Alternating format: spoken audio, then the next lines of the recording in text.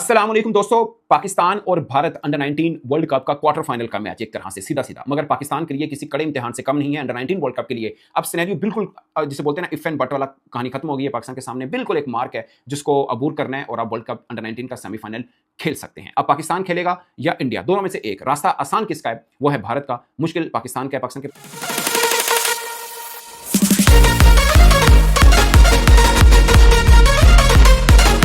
World cup under 19 में 3 टीमें qualify की हैं, इंग्लैंड, ऑस्ट्रेलिया, अफगानिस्तान। इसमें अफगानिस्तान की आप कह सकते हैं थोड़ी सी प्रिपरेशन हल्की आप कह सकते हैं, मगर आप मानेंगे कि अफगानिस्तान ने पाकिस्तान से भी ज्यादा मैचेस खेले हुए हैं।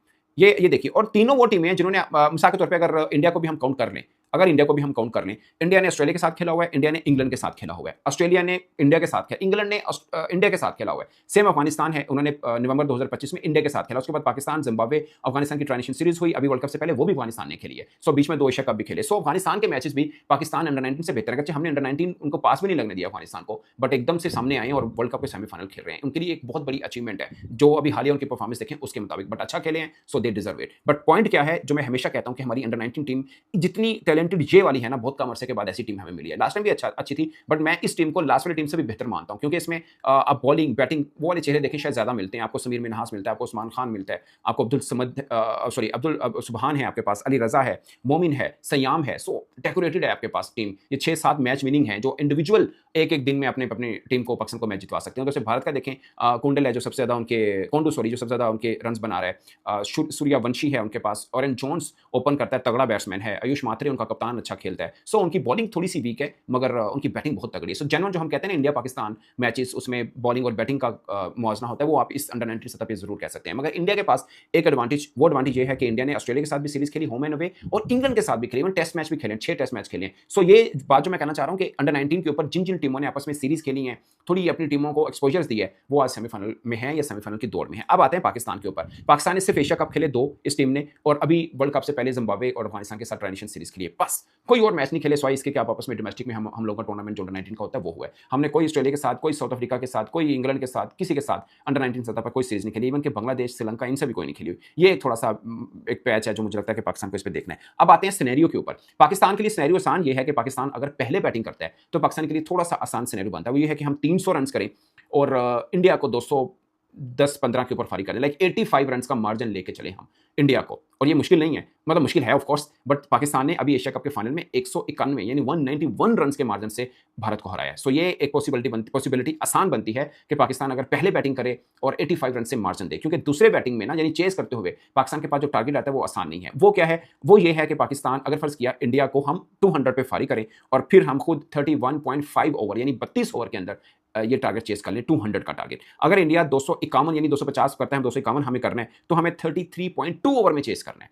आप खुद आगे अंदाजा लगाते जाएं कि 200 से लेकर 250 के बीच में अगर 50 रन का मार्जिन आता है तो बॉलें सिर्फ 9 भरती हैं।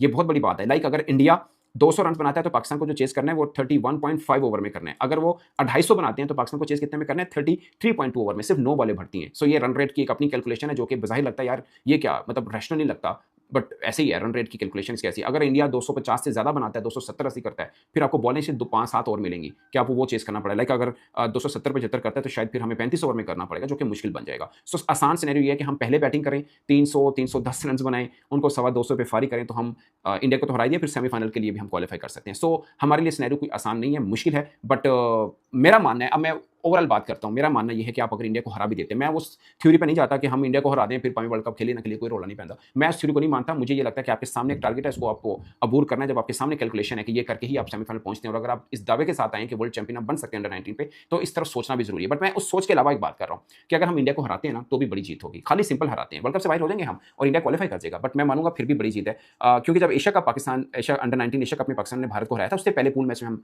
हारे थे और फाइनल में हमने 191 से हराया था।